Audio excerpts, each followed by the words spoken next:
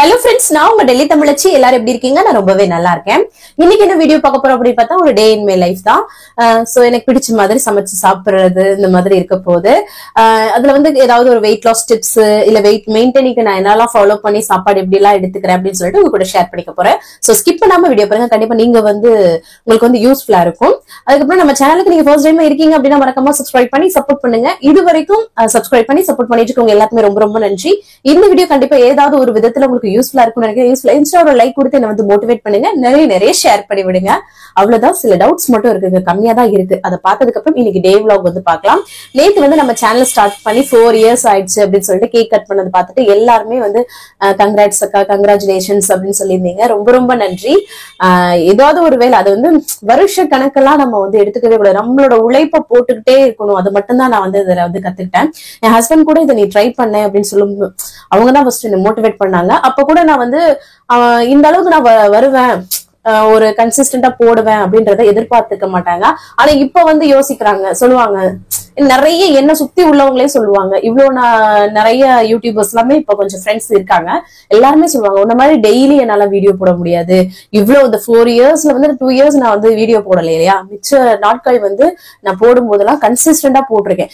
Views வருது வரல அதெல்லாம் கவலையே பட மாட்டேன். என்னோட வேலையை நான் கரெக்டா பண்ணிருப்பேன். என்னைக்காவது ஒரு நாள் அதற்கான பலன் இருக்கும் அப்படின்னு சொல்லிட்டு அந்த மாதிரிதான் வந்து பண்ணிட்டு இருந்தேன்.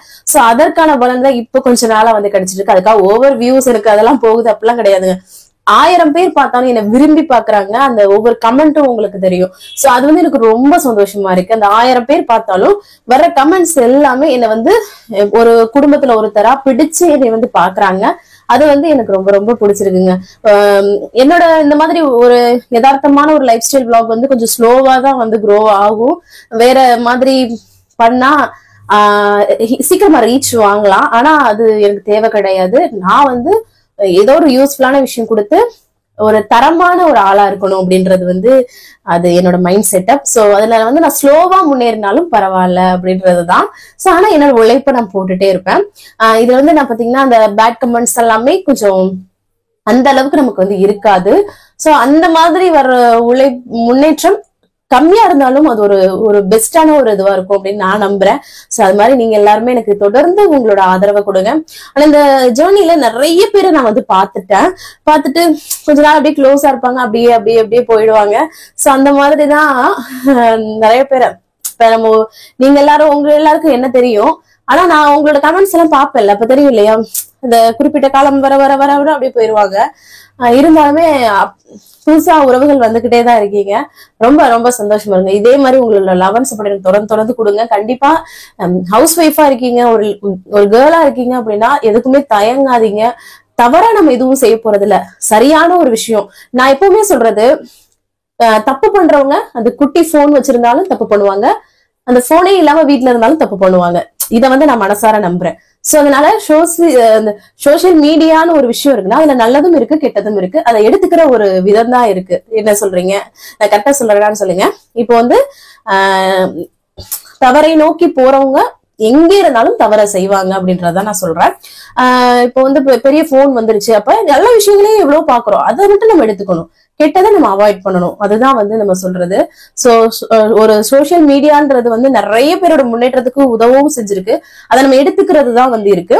அதான் சொல்ற, குட்டி போன் வச்சிருந்தாலும் இல்ல அந்த போனே வச்சிருக்காம இருந்திருந்தாலும் தப்பு பண்றவங்க பண்ணதான் செய்வாங்க. அந்த இடத்துல கரெக்டா போறவங்க கரெக்டா போவோம். சோ நம்ம எடுத்துக்கிற விதம் தான் இருக்கு. சோ அதை எப்பவுமே எல்லாருமே ஃபாலோ பண்ணுங்க அப்படின்றத நான் வந்து ஷேர் பண்றேன். சோ வாங்க டவுட்ஸ் எல்லாமே பாத்திரலாம். ஒரு சம்டைம் இந்த மாதிரி ஒரு ஏதாவது ஒரு எக்ஸ்பீரியன்ஸ் வந்து ஷேர் பண்ணும்போது ஏதோ ஒரு லைஃப்ல உங்களுக்கு குட்டியான சேஞ்சஸ் கிடைக்கும். இப்ப ஏதோ ஒரு விஷயத்துல நமக்கு வந்து பிரச்சனை வந்துகிட்டே இருக்குன்னா கொஞ்ச நேரம் யோசிச்சு பாருங்க, இது எதனால பிரச்சனை வருது, அதை மாத்திக்க ட்ரை பண்ணும்போது ஒரு ஃபேமிலியில சூப்பரா இருக்கும். இன்னைக்கு கூட நான் ஒரு இன்ஸ்டாகிராம்ல ஒரு ரீல்ஸ் பார்த்தேங்க.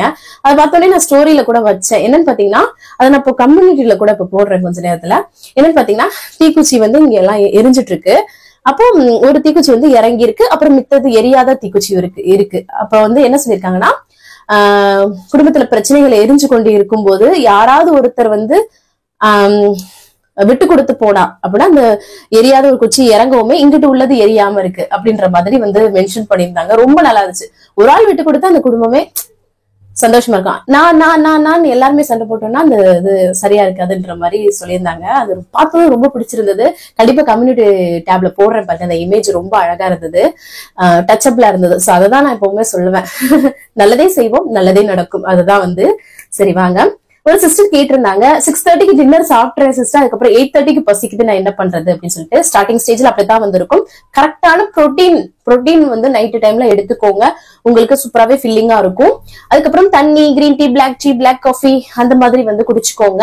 சோ ஸ்டார்டிங் டைம் அந்த மாதிரி இருக்கதான் செய்யும். 6:30ல கரெக்டான புரோட்டீன் ஐட்டம்ஸ் எடுத்துக்கிட்டீங்கன்னா உங்களுக்கு நல்ல ஃபில்லிங்கா இருக்கும். சோ அதுக்காக தான் சொல்றேன், சரிங்களா? அதுக்கப்புறம் சாப்பிட்றாதீங்க, நீங்க பண்றதுக்கான பிரயோஜனம் இருக்காது. சோ அதனாலதான். அப்புறம் குழம்பு பொடின்னு சொல்றீங்களே, அதோட ரெசிபி சொல்லுங்க. நிறைய சிஸ்டர் சொல்லிட்டு இருக்கீங்க. குழம்பு பொடி வந்து ஊர்ல வந்து மல்லி, அதுக்கப்புறம் மிளகாய், அதுல வந்து அந்த மஞ்சக்கிழங்கு, அப்புறம் வந்து இது இருக்குல்ல மிளகு, சீரகம், சோம்பு, அப்புறம் பருப்பு வகைகள், அரிசி, இதெல்லாமே வறுத்து அரைச்சிருவாங்க எங்க ஊர்ல. அது வந்து ஊர்லதான் பண்ணி எங்களுக்கு கொடுத்துருவாங்களா. சோ அதனால ரெசிபி தெரியல. ஊருக்கு போகும்போது கண்டிப்பா நான் வந்து உங்க கூட ஷேர் பண்ணிக்கிறேன், சரிங்களா? மற்றபடி இங்க வந்து நான் ட்ரை பண்ணது இல்லை. நாங்க ஃப்ரிட்ஜ்ல ஸ்டோர் பண்ணி தான் யூஸ் பண்றோம். சோ அதனாலதான். அப்புறம் ஹிந்தி உங்களுக்கு தெரியுமா? டெல்லியில இருக்கீங்களே, ஹிந்தி தெரியுமா? ஹிந்தி பேசுவீங்களா அப்படின்னு சொல்லி கேட்டிருந்தீங்க. ஹிந்தி வந்து பாத்தீங்கன்னா அவங்க பேசுறது எனக்கு நல்லாவே புரியும். 7 வருஷம் ஆயிடுச்சு இல்லையா? அந்த ஃபர்ஸ்ட் 3 வருஷம் பாத்தீங்கன்னா உள்ளுக்குள்ளே இருக்கிற மாதிரி ஒரு ஃபார்ம் ஹவுஸ் ஏரியால இருந்தோமா, உள்ளே இருக்க மாதிரி இருக்கும். வெளியில வந்தா தானே இந்த மாதிரி இப்ப நாங்க இருக்கிற மாதிரி வெளியாட்களை பார்க்க தானே பேச வரும். ஆனா இப்போ ஒரு 4 இயர்ஸ் வந்து நாங்க வந்து இருக்கிறேன் நானு. சோ வந்து பாத்தீங்கன்னா நிறைய பேர் கூட பேச ஆரம்பிக்கும். எனக்கு நல்லாவே அவங்க பேசுறது நல்லா புரியும். நான் பேசுறது திக்கி ஒரு ஆக்டிங்ல இங்கிலீஷ் கலந்து அப்படி பேசி நான் வந்து சமாளிச்சிருவேன். ஆனா பேசுவேன் அந்த மாதிரி. சோ அதுதான். சோ ஆல்மோஸ்ட் இன்னைக்கு வேற கமெண்ட்லாம் இல்லைங்க, எல்லாருமே வாழ்த்து தான் தெரிவிச்சிருந்தீங்க. இதே மாதிரி உங்களோட லவ் அண்ட் சப்போர்ட் எனக்கு கொடுத்துட்டே இருங்க. ரொம்ப ரொம்ப நன்றி, எனக்கு ரொம்ப ரொம்ப சந்தோஷமா இருக்கு. சோ இன்னைக்கு டே vlog வந்து பார்க்கலாம். எனக்கு பிடிச்ச மாதிரி சமைச்சு சாப்பிட்டிருக்கேன். வாங்க உங்க கூட ஷேர் பண்ணிக்கிறேன். ஸ்கிப் பண்ணாம வீடியோ பாருங்க, வாங்க பார்க்கலாம். அதுக்கு முன்னாடி இன்னைக்கு பிறந்த நாள் அப்புறம் திருமண நாளுக்கான அனைவருக்கும் என்னோட மனமார்ந்த வாழ்த்துக்கள். இன்னைக்கு மறந்துட்டேன், அதான் சொல்லிட்டேன் கடைசியில. சரி வாங்க பார்க்கலாம். காலையிலே நல்லா வந்து ஃப்ரெஷ்ஷா வந்து டேவை வந்து ஸ்டார்ட் பண்ணியாச்சு. இதுக்கப்புறம் எம்டி ஸ்டமக்ல வெயிட் வந்து செக் பண்றதா. இன்னைக்கு நம்மளோட வெயிட் வந்து பாத்தீங்கன்னா 58.90 வந்து இருக்கு. சூப்பர். கொஞ்சம் எக்ஸ்ட்ரா தான் சாப்பிட்டுட்டு இருக்கேன், இருந்தாலும் வந்து ஓரளவுக்கு மெயின்டைன் வந்து பண்ணிட்டு இருக்கேன். 58.90 வந்து இருக்கு. சூப்பர் இல்லையா? அதுக்கப்புறம் அவங்களுக்கு எல்லாம் வந்து காஃபி வந்து காலைல போட்டு கொடுத்துட்டு, அதுக்கப்புறம் நான் வந்து வார்ம் வாட்டர் மட்டும் தான் வந்து காலைல வந்து இன்னைக்கு குடிச்சேன். காலையில எப்பவுமே வந்து பாத்தீங்கன்னா ஸ்டார்டிங் ஏதாவது எம்டி ஸ்டமக்ல இந்த மாதிரி நீர் ஆகாரம் மாதிரி எடுத்துட்டு அதுக்கப்புறமா தான் பிரேக்ஃபாஸ்ட் எடுத்துக்கணும். இன்னைக்கு பிரேக்ஃபாஸ்ட் வந்து அம்மாச்சிக்கு வந்து அந்த பிரெட் டோஸ்ட் வந்து பண்ணி கொடுத்துடலாம் அப்படின்னு சொல்லிட்டு காஃபி போட்டு அவங்களுக்கு வந்து அதுல வந்து பிரெட்ல வந்து பட்டர் அப்ளை பண்ணி கொடுத்துடலாம் அப்படின்னு சொல்லிட்டு. இது வந்து ஹோல் வீட் பிரெட் தான். மோஸ்ட்லி நாங்க வந்து மைதா பிரெட் வாங்குறதே கிடையாது. ஸோ அதை வச்சு அவங்களுக்கு கொண்டு போய் கொடுத்துட்டு வந்துடலாம்னு சொல்லிட்டு கொடுத்துட்டு வந்துட்டு, நேத்து நம்ம பண்ணணும் இல்லையா அந்த பாலக்கீரை பருப்பு போட்டது கொஞ்சம் பேலன்ஸ் இருந்தது, அதையும் சூடு பண்ணிட்டு, அது கூட நம்ம முட்டை தொக்கு பண்ணியிருந்தோம்ல அந்த தொக்கு மட்டும் பேலன்ஸ் இருந்தது, அதையும் சூடு பண்ணிட்டு சப்பாத்தியும் இருந்தது. ஏன்னா நேற்று வடை வந்து வாங்கிட்டு வந்திருந்தாங்க இல்லையா, அதனால அதெல்லாம் சாப்பிட்டதுனால சப்பாத்தி பேலன்ஸ் ஆயிடுச்சு. ஸோ அதையே வச்சு 2 சப்பாத்தி வச்சு அந்த பாலக்கீரை பருப்பு போட்டது, அதுக்கப்புறம் வந்து பாத்தீங்கன்னா முட்டை தொக்குல உள்ள தொக்கு, இதெல்லாம் வச்சு மிக்ஸ் பண்ணி சாப்பிட டேஸ்ட் ரொம்ப நல்லா இருக்கும். சாப்பிட்டுட்டு அதே ஹஸ்பண்ட் அவங்களும் பிள்ளைங்களும் சாப்பிட்டாங்க. அதுக்கப்புறம் வந்து பாத்திரத்தை வந்து கையோட கழுவி போட்டுட்டு இந்த சைடு வந்து பகவதி மூவி வந்து போயிட்டு இருந்தது சன் டிவில. எனக்கு ரொம்ப ரொம்ப பிடிச்சது இந்த பாட்டு, இந்த கை கை கை வைக்கிறா பாட்டு. இதுல உள்ள காஸ்டியூம் அந்த ட்ரெஸ் எல்லாம் பார்த்துட்டு இதே மாதிரி வேணும்னு சொல்லிட்டு எங்க அம்மா இருக்கும்போது நான் வந்து சொல்லுவேன். ஸோ அந்த படம் பார்க்கும் போதெல்லாம் எனக்கு வந்து மெமரிஸா இருக்கும். அதுக்கப்புறம் வந்து பாத்தீங்கன்னா குளிச்சு ஃப்ரெஷ் அப் ஆயாச்சு. நான் ரெக்கார்ட் பண்ணும்போது அங்க நாய் குலைச்சிட்டே இருக்கு, கொஞ்சம் அட்ஜஸ்ட் பண்ணிக்கோங்க. அதுக்கப்புறம் ஒரு 11 மணி போல காஃபி வந்து இன்னைக்கு வந்து 11:45 அந்த டைம் ஆயிடுச்சு. காஃபி வந்து ஏன்னா லேட்டா தான் காலைல பிரேக்ஃபாஸ்ட் எடுத்துக்கிட்டாங்க, அதனால வந்து காஃபி வந்து போட்டு கொடுத்துட்டு அதுக்கப்புறம் வந்து சரி லஞ்ச் ப்ரிப்பரேஷன் வந்து ஸ்டார்ட் பண்ணலாம் அப்படின்னு சொல்லிட்டு எப்பவும் போல அரிசியை களைஞ்சு மொத்தமா ஒலை வந்து வச்சு விட்டுட்டேன். இன்னைக்கு வந்து ஸ்பெஷலுங்க என்னன்னு பாத்தீங்கன்னா ப்ரான் தான் வந்து பண்ண போறேன், இறால் வந்து பண்ண போறேன். ஸோ இறால் வந்து ஆன்லைன்ல தான் ஆர்டர் பண்ணியிருந்தோம். இது வந்து கிளீன் பண்ணியே வந்துடும் நமக்கு. ஸோ வந்து சூப்பரா வந்து அதை வந்து எடுத்துக்கிட்டாச்சு. கொஞ்சம் வந்து நிறையவே வாங்க சொன்னேன், ஏன்னா அது பண்ணதுக்கு அப்புறம் கொஞ்சம் கம்மி ஆயிடும். அதனால வந்து நல்லா சாப்பிடணுன்ற மாதிரி தோணுச்சு. ஸோ அதனால ப்ரான் மட்டுமே கொஞ்சம் எக்ஸ்ட்ரா வாங்கியாச்சு. அதுக்கப்புறம் தம்பி இந்த சைடு வந்து அழகா வந்து படம்ல அந்த மூவிஸ் எல்லாம் பண்ற மாதிரி அழகா வந்து கன் வச்சு ஷூட் பண்ணிட்டு இருந்தான். ஸோ அதுக்கப்புறம் வெங்காயம்லாம் வந்து நறுக்கிட்டு இருந்தேன். இப்போ என்னன்னா நேற்று மாதிரி முட்டத்தொக்கு மாதிரி தான், இது வந்து சிம்பிளாக தான் அந்த மாதிரி தான் பண்ண போறேன். வெங்காயமும் பூண்டு நல்லா சேர்த்து அரைச்சி எடுத்துக்கலாம். அதுக்கப்புறம் வந்து பார்த்தீங்கன்னா இங்கிட்ட சோறு வந்து வெந்துருச்சு. சரி அதை வடிச்சு விட்டுலாம் அப்படின்னு சொல்லிட்டு கையோட அதை வடிச்சு விட்டுட்டு ஒரு கடாயில நான் நல்லெண்ணெய் வந்து இன்னைக்கு வந்து சேர்த்திருக்கேன். அதுல வந்து நல்லா சோம்பு வந்து பொரிய விட்டுக்கிறேன். அதுக்கப்புறம் கருவேப்பிலை, அது கூட வந்து நம்ம பச்சை மிளகாய் வந்து சேர்த்துட்டு அதுக்கப்புறம் நம்ம வெங்காயமும் பூண்டும் அரைச்சிருக்கோம் இல்லையா, அதை வந்து சேர்த்துக்கலாம். இதுல இஞ்சி பூண்டு பேஸ்ட் சேர்க்காம இந்த பூண்டுமே நல்லா ஃப்ளேவரா இருக்கும் பூண்டு. ஸோ அதனால எண்ணெய் பிரியிற அளவுக்கு நல்லா சுருள வதக்கணும். அதுக்கப்புறம் தக்காளியும் அரைச்சு நான் வந்து ஊத்திக்கிறேன் நான். ஸோ தக்காளியும் வந்து இந்த மாதிரி அரைச்சி ஊற்றினா கிரேவி நல்லாவும் இருக்கும், டேஸ்ட்டும் நல்லா இருக்கும். இந்த தக்காளியை வந்து நல்லா வதக்கணுங்க, அது ஒரு டேஸ்ட் வந்து கொடுக்கும் நல்லா வதக்கும் போது. ஸோ இந்த மாதிரி நல்லா பாருங்களேன், உருண்டு திரண்டு வர்ற மாதிரி வருது பாருங்க, அல்வா மாதிரி. அதுக்கப்புறம் காரத்துக்கு ஏற்ப நம்ம வீட்டில் அரைச்சி குழம்பு மிளகாய் தூள் மட்டும்தான். ஸோ அதையும் வந்து சேர்த்துட்டு தேவையான அளவு காரம் வந்து நாங்கள் கொஞ்சம் எக்ஸ்ட்ரா தாங்க, நான்வெஜ்லாம் சும்மாவே நாங்கள் காரம் சாப்பிடுவோம், நான்வெஜ்லாம் இன்னும் எக்ஸ்ட்ரா காரம் வந்து கண்டிப்பாக வந்து இருக்கும். ஸோ அதை நல்லா சுருள வதக்கினதுக்கு அப்புறம் தண்ணி சேர்த்து நமக்கு தேவையான அளவுக்கு சேர்த்துக்கலாம். நீங்க வந்து இதிலே கூட ப்ரானை போட்டு வதக்கிட்டும் பண்ணலாம்.